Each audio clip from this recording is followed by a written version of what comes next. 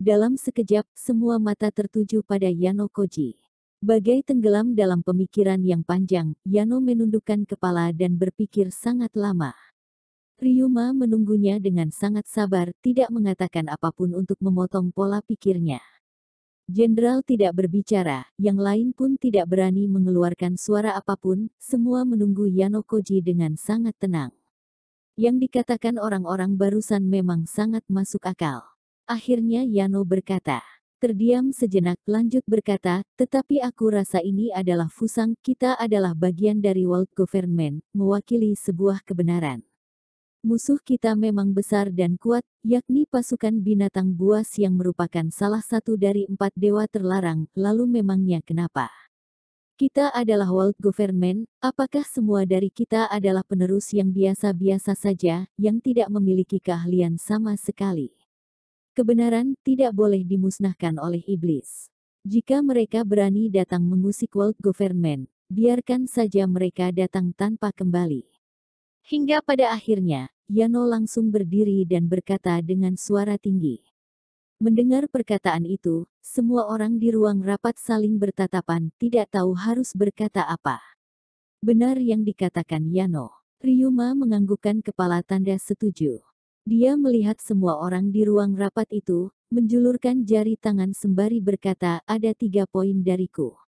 Pertama, Higashino Keigo telah berada di tangan kita, jika dilepaskan begitu saja, mau ditaruh kemana muka World Government.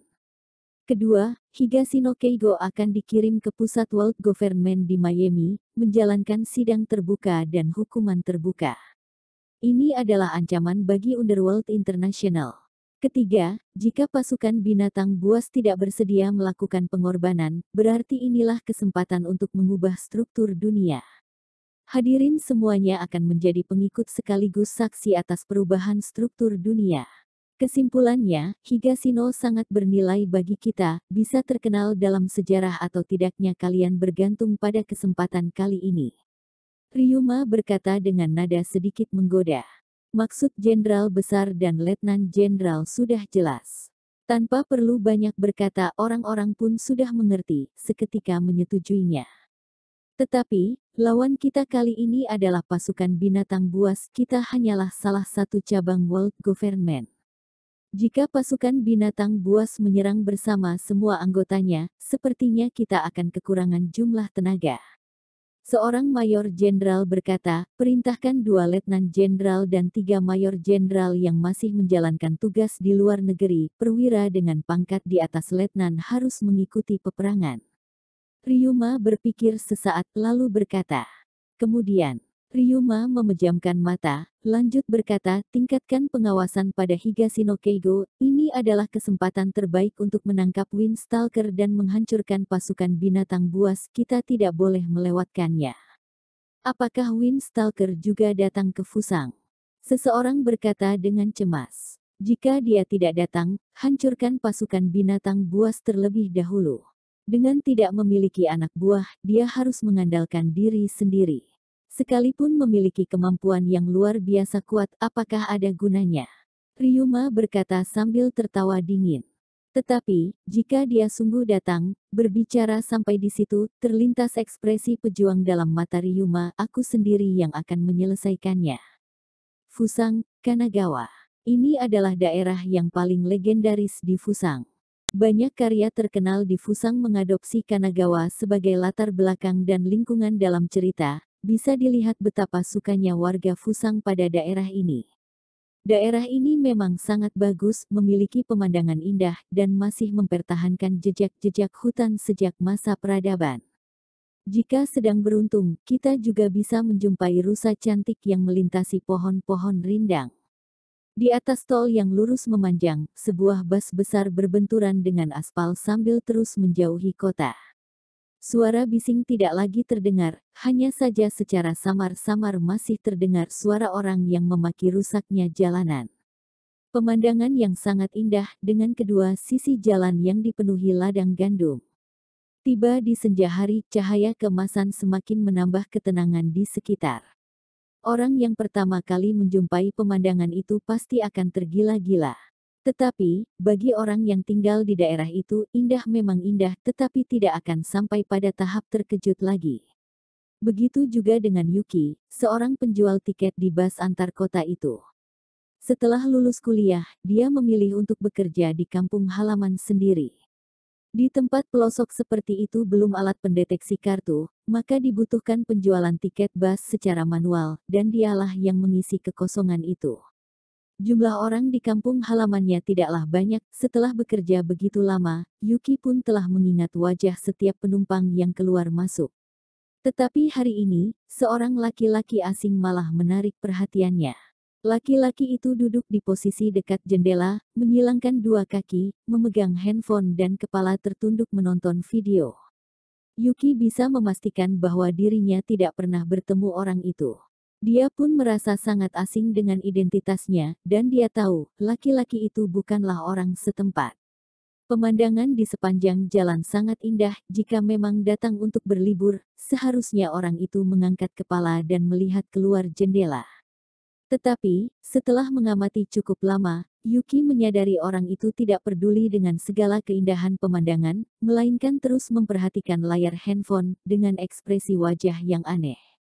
Soal kenapa mengamati seorang yang asing, Yuki juga tidak mengerti. Biasanya dia tidak pernah seperti itu, mungkin saja ada wibawa yang menarik dalam diri laki-laki itu, mungkin juga karena paras laki-laki itu yang membuatnya tidak tahan untuk melihat berkali-kali. Yuki sama sekali belum pernah merasa seperti ini, tiba-tiba berambisi untuk mencari tahu informasi laki-laki itu. Siapa dirinya, dari mana asalnya, dan akan kemana dia. Karena itulah Yuki diam-diam melirik layar handphone yang dipegang laki-laki itu, dan mendapati yang sedang diputar adalah kejadian meledaknya Ginza Tokyo. Fusang adalah sebuah negara perekonomian besar. Sejak Perang Dunia Kedua, karena adanya dasar-dasar kemiliteran yang kuat, negeri itu selalu aman dan damai. Ditambah lagi dengan cabang world government yang ada di dalamnya, sama sekali tidak pernah terjadi serangan teroris di Hokkaido. Ketentraman itulah terus terpelihara hingga kemarin malam. Arogansi pasukan binatang buas telah memancing semangat dalam diri semua warga Fusang. Meskipun hasil Perang Dunia Kedua menyatakan Fusang sebagai negara kalah, tetapi pihak Fusang selalu menganggap kekalahan itu sebagai kecenderungan zaman. Di dunia internasional, selalu Fusang yang menindas orang lain. Sejak kapan orang lain menindas Fusang? Balas, harus dibalas. Demikianlah suara-suara sebagian besar rakyat Fusang saat ini. Di mana-mana dijumpai demo besar-besaran, setiap persimpangan di berbagai kota besar dipenuhi warga, hanya tempat kecil seperti Kanagawa yang masih terbilang tenang. Meski tidak mengalami kejadian tadi malam secara langsung, tetapi Yuki telah memahami proses terjadinya masalah melalui jaringan internet, maka mengerti banyak akan kejadian itu.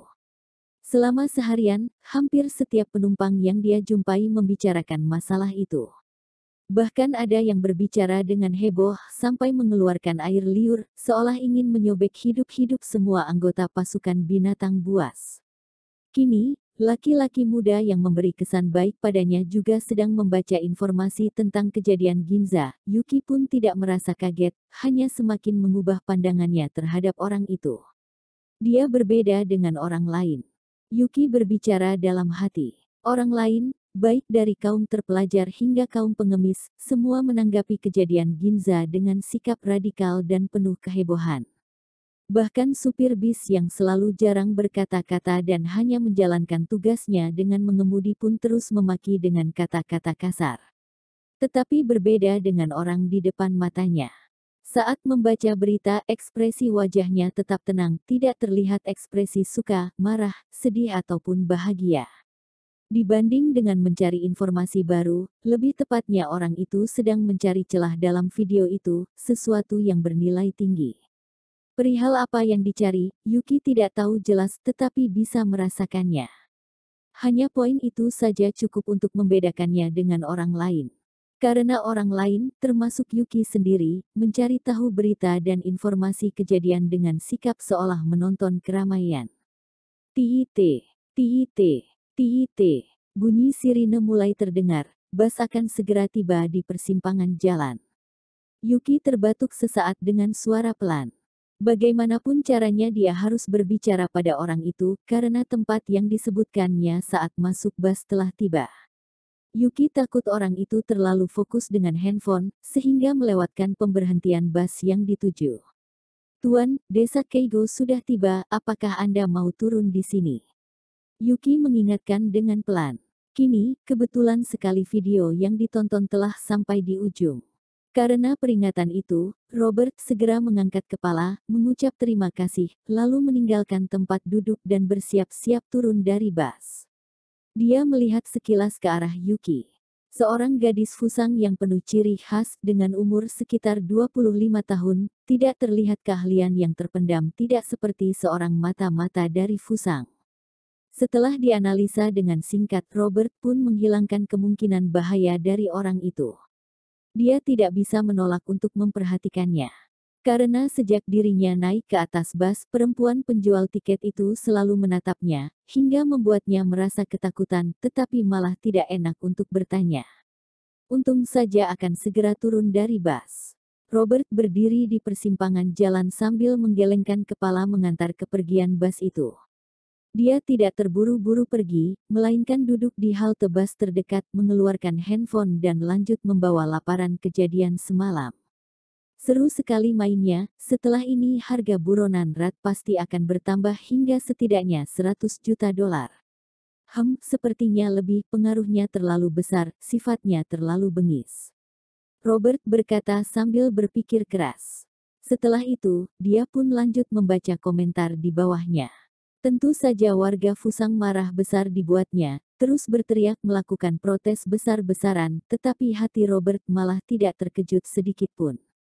Hanya merasa ingin tertawa. Karena tidak tertarik dengan pahlawan-pahlawan dalam bentuk tulisan seperti itu, dia pun keluar dari halaman pencarian. Handphone terus berdering, diikuti dengan notifikasi yang tidak berhenti melintasi layar. Robert pun mulai kesal, hanya melototinya sekilas, dan menyadari bahwa semua itu berisikan pertanyaan. Pasukan binatang buas telah memicu kejadian yang begitu besar di Fusang, tentu saja Underworld International akan menaruh perhatian khusus padanya. Para petinggi pun mulai penasaran dengan rencana pasukan binatang buas. Bahkan ada sebagian yang berencana turut serta membolak-balikkan Fusang. Tetapi untuk apa? Sebenarnya tidak ada alasan lain, hanya sekedar meramaikan suasana saja. Lagi pula ada Windstalker yang memimpin, untuk apa merasa takut. Robert tidak memerdulikan mereka karena jumlah pesan-pesan pribadi itu yang tidak sedikit, sama sekali tidak mungkin untuk membalasnya satu persatu. Dia pun hanya membagikan kiriman di media sosial, menolak lembut partisipasi pihak lain dengan dua kalimat sederhana. Baru ingin mematikan handphone dan melanjutkan pekerjaan utamanya, sebuah pesan muncul secara tiba-tiba. Kamu di Fusang. Di mananya? Kirimkan lokasi rincinmu. Robert hanya melihatnya sekilas, awalnya mengira itu hanya pesan untuk menanyakan aksi pasukan binatang buas, tidak ingin menghiraukannya. Tetapi, saat melihat nama pengirim, dia pun terdiam sejenak. Kenapa malah dia? Haruka Kato. Perempuan Fusang, berusia 25 tahun. Tempat mengabdi, World Government. Posisi, Mayor Jenderal. Melihat data-data itu, Robert pun merasa tertarik. Tahun itu, saat terinfeksi virus S, Robert mulai meneliti The Origin of Everything. Saat itu dia masih belum mendapatkan unsur angin, hanya seorang pemula di Underworld International tidak terkenal sama sekali. Saat menjalankan sebuah tugas, Robert bertemu Haruka Kato yang berada di Amerika. Saat itu, Haruka juga belum menjadi mayor jenderal, hanya sebagai seorang perwira biasa di pusat World Government. Sejujurnya, kemampuan Haruka pun biasa-biasa saja. Dia bisa bergabung dengan World Government karena berkat ayahnya, yang saat itu menjabat sebagai Perdana Menteri Fusang, Kato Takaki. Dengan segala bentuk kebetulan, terciptalah cerita antara Robert dan Haruka Kato, yang tentunya sangat panjang lebar jika dijelaskan semua. Setelah itu, di tengah menjalankan tugas, Haruka menghadapi bahaya besar. Jika bukan karena Robert yang turun tangan menolongnya, nyawa Haruka pun sudah melayang saat itu juga. Dengan kata lain, Robert adalah penyelamat Haruka Kato. Karena itulah, setelah tugas berakhir, Haruka yang tadinya berkesempatan menangkap Robert malah sengaja kehilangan kendali dan melepaskan Robert. Hingga pada akhirnya unsur angin di segitiga Bermuda membuat tiga daerah terlarang, Eight Kings dan World Government bertempur, memberikan kesempatan emas bagi Robert untuk merebut unsur angin itu. Haruka Kato sangat memperhatikan gerak-gerik Robert dan terus mengikutinya. 15 menit sebelum dan sesudah Robert mengambil unsur angin, Haruka memiliki kesempatan besar untuk menangkap Robert yang masih lemah saat itu.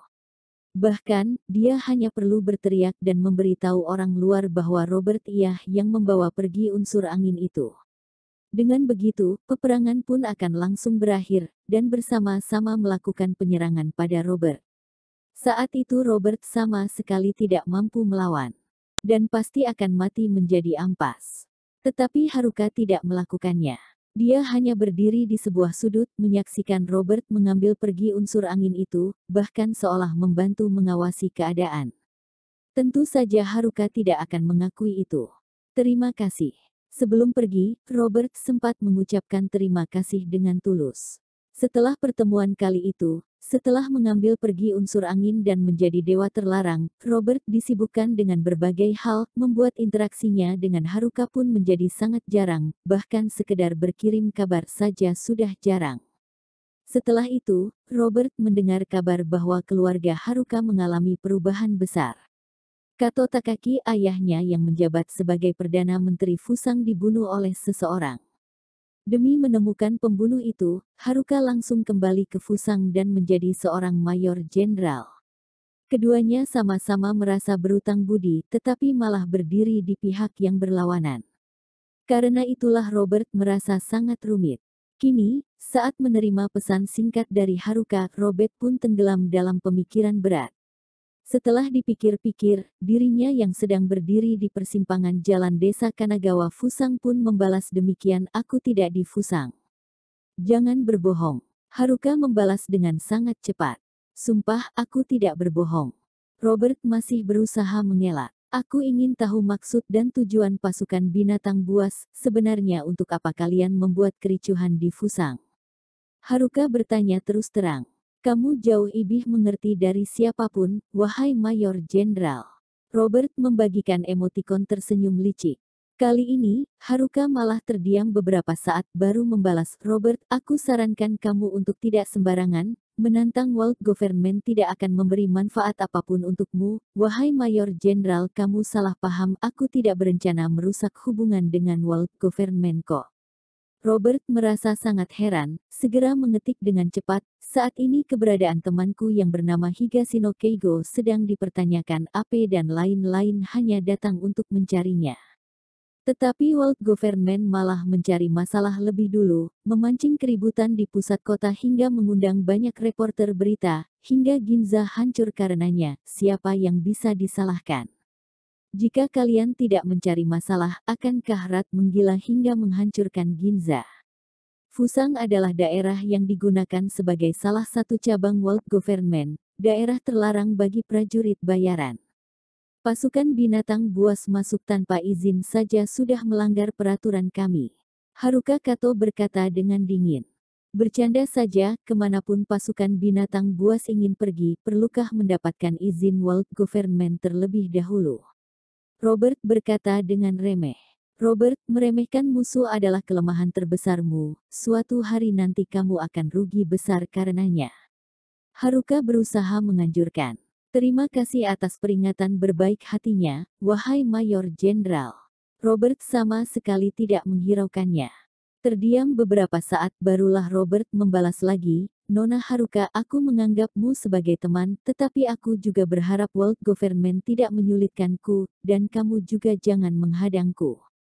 Bagaimana jika aku bersikeras menghadangmu? Tanpa menjawab pertanyaan itu, Robert langsung mematikan handphone. Terlintas ekspresi dingin di dalam mata, angin badai menyapu area sekitar, hingga membuat ladang gandum di belakang ikut tertunduk.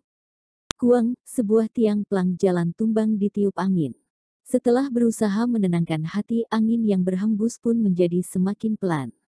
Robert memberdirikan pelang yang bertuliskan beberapa nama tempat itu. Salah satunya bernama Desa Keigo. Itu adalah tempat asal keluarga Keigo. Ribuan tahun yang lalu, Sword Sein dari keluarga Keigo yang mengguncang Fusang lahir di desa ini. Sejak saat itu, keluarga Keigo pun masuk pada masa berjaya keluar dari desa dan menetap di Tokyo. Tetapi, sebagai negara asal, desa Keigo tetap dipertahankan, hanya sebagian kecil generasi tua yang tidak ingin tinggal di perkotaan, dan memilih untuk tetap di desa. Masami Chiba menggunakan pedang Kusanagi demi memutuskan lengan Higashino Keigo, di saat itu juga keluarga Keigo mulai menjemput keterpurukannya. Keluarga Chiba menjadi penguasa Underworld Fusang yang baru tetapi malah takut keluarga Keigo akan bangkit kembali. Di situasi seperti ini, anggota keluarga Keigo dikejar habis-habisan, semua yang berkemampuan dibunuh semua, hingga menyisakan kaum-kaum lemah dan cacat. Semuanya pun diusir ke desa Keigo dan dilarang untuk keluar selangkah kaki pun. 1000 tahun yang lalu keluarga Keigo keluar dari tempat ini. 1000 tahun kemudian, keluarga Keigo kembali lagi ke tempat ini. Menelusuri jalan setapak di tengah ladang gandum, Robert memasuki desa Keigo. Desa itu tidaklah besar, berdiri dari kejauhan saja sudah cukup untuk melihat seisi desa. Rumah-rumah dibangun dengan sederhana dan ditutup menggunakan genteng, setiap rumah membakar kayu untuk keperluan sehari-hari, asap tebal membumbung tinggi, diiringi dengan suara ayam berkokok dan anjing menggonggong, memberi nuansa seolah kembali ke abad lalu. Bagi seorang pendatang seperti Robert, warga desa terlihat sangat waspada. Semua orang keluar dari dalam rumah dan mulai mengelilinginya. Seorang laki-laki tua yang menyerupai kepala desa berjalan ke depan Robert dengan bantuan tongkat, memperhatikannya dari ujung rambut hingga ujung kaki, baru berkata, "Anak muda, kami sudah memenuhi permintaanmu, selalu berdiam diri di dalam desa tidak pernah keluar sama sekali. Dunia luar sudah tidak berkaitan dengan kami, apalagi yang kalian mau. Apakah harus menunggu hingga semua anggota keluarga Keigo mati baru akan puas?" Masami Chiba tidak menepati kata-katanya. "Jika tidak berencana membiarkan jalan hidup kami, maka ibih bok kita mati bersama saja. Siapa takut? Ini adalah tempat tinggal terakhir yang dimiliki keluarga Keigo, kami tidak akan pergi." Semua anggota keluarga Keigo berekspresi marah, kelihatan jelas pengejaran keluarga Chiba telah menjadi mimpi buruk bagi mereka. Robert hanya merasa berat dalam hati. "Semuanya, kalian telah salah paham."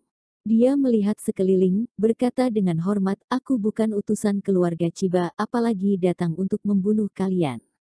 Anak muda, kedengarannya kamu tidak seperti orang Fusang." Kepala desa berkata dengan perlahan, "Aku orang CBD." Robert berkata sesuai kenyataan. Semua orang di sana tertegun, saling berhadapan, dalam sekejap tidak tahu harus menjawab apa.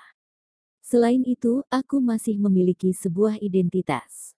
Robert berkata dengan serius, "Namaku Robert, Higashino Keigo adalah temanku. Saat merantau di luar negeri, kami pernah bekerja sama." Kamu Robert Kyu. Keluarga Keigo sering bercerita soal kamu, katanya kamu Windstalker ya, atau kakaknya ya." Seorang bibi paruh baya menembus keramaian, berkata dengan heboh, "Aku kakaknya." Robert mengiyakan. "Bagus sekali, bagus sekali." Bibi itu terharu hingga menangis. "Sekarang dia di mana? Aku tidak bisa menghubunginya, cemas padanya, makanya datang mencari langsung." "Higashino, apakah dia masih hidup?"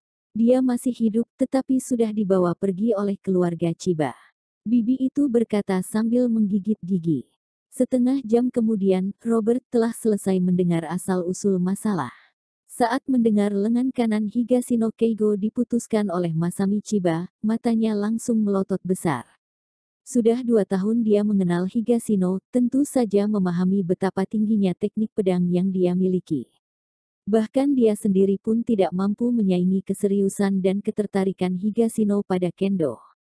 Orang seperti itu malah dikalahkan dalam pertarungan kendo yang paling dikuasainya, hingga Haru kehilangan lengan kanan dan mengakibatkan dia tidak mampu menggunakan pedang lagi di sisa hidupnya. Harapan terbesarnya sirna begitu saja, ini jauh lebih menyakitkan daripada mati dibunuh. Robert tidak mampu membayangkan seperti apa Higashino saat ini. Jika hal ini dialami oleh orang yang berhati lemah, mungkin saja akan terpuruk dan bunuh diri saat itu juga. Di mana alamat keluarga Chiba? Robert bertanya. Robert, kamu berniat. Kepala desa dan Bibi sama-sama terkejut mendengarnya. Menyelamatkannya. Robert menjawab. Saat ini keluarga Chiba sudah menguasai Underworld Fusang.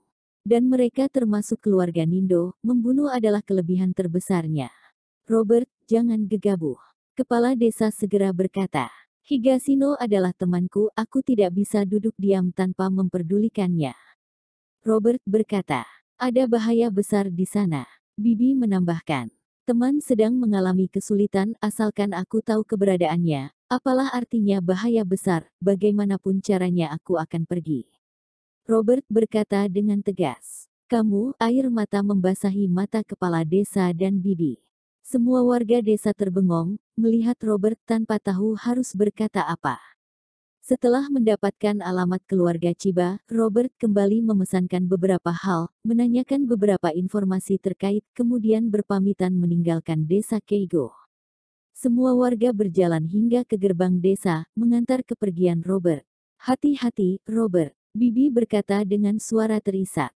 Seluruh keluarga Keiho melihat bayangan itu hingga terbengong, tidak seorang pun menyadari, seorang pemuda di baris belakang pergi secara diam-diam dan mencari tempat sepi, lalu mengeluarkan handphone. Dengan Tuan Musashi Chiba, ya. Aku punya sebuah laparan, Anda pasti sangat tertarik.